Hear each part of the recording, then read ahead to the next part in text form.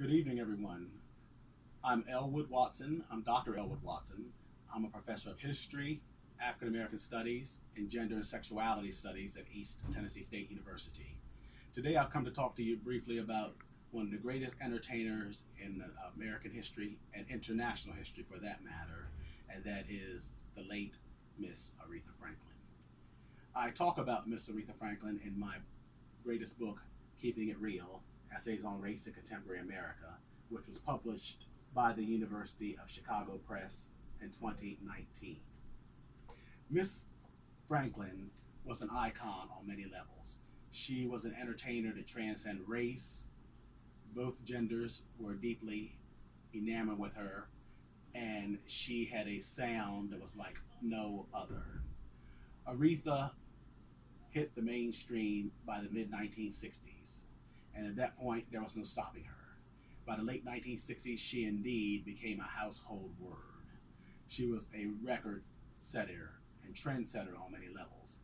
In fact, her 1967 hit Respect, which is commonly referred to RESPECT, became a feminist national anthem due to the message that it brought about.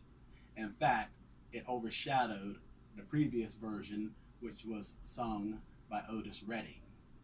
In fact, Mr. Redding was so impressed and surprised by the takeoff and popularity of Miss Franklin's song that he joked, "That girl stole my song." Indeed, there was some truth to that. However, more than a half a century later, Aretha Franklin's Respect is still widely played and is still considered one of the greatest rock and roll songs in American history of all time. By the 1970s, Aretha Franklin's career cooled off somewhat. Early 70s was a prime time for Aretha in that she won so many awards, Grammy Awards. It was nicknamed the Aretha Award. She literally had no competition, and she was just almost a given to win multiple Grammys. By the mid 70s, her career cooled off somewhat, in that other singers such as Roberta Flack, Freda Payne, Donna Summer, Denise Williams, and others became equally popular with the American public. However, her career made a tremendous rebound in the 1980s with songs like Freeway of Love, Jimmy Lee, I Knew You Were Waiting for Me with the late George Michael.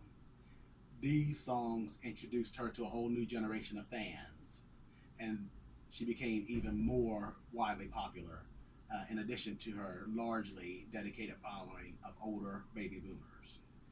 In the 1990s, her popularity still maintained its height. She was extremely active on the singing circuit, the concert circuit, and President Bill Clinton invited her to the White House to sing at the White House in 1993. In fact, she sang for a number of presidents, including President Obama, and she also sang for Pope Francis in 2015. Also in 2015, she gave a mesmerizing performance at the Kennedy Center Honors when she sang one of her other signature hits, "You Make Me Feel Like a Natural Woman," which was written and produced by Carole King. And this was a tribute to Carole King. In fact, Miss Franklin's performance was so iconic that it brought the house down, and it was the talk of television for several days afterwards. In her later years, Miss Franklin struggled with health issues, and these health issues came to a head in 2018 when she was hospitalized for a week. Reports that she was gravely ill saturated the national and international media. And in August 2018, she passed away at the age of 76. I talk more about Aretha Franklin in chapter 38 in my book, Keeping It Real, Essays on Race in Contemporary America. Whatever we have, there is no question there will be other singers like Miss Franklin before her and others. However, there is only one Aretha Franklin, and I don't think we will ever see her likes ever again in our lifetime or others in their lifetimes as well. This is Dr. Elwood Watson, and thanks for tuning in.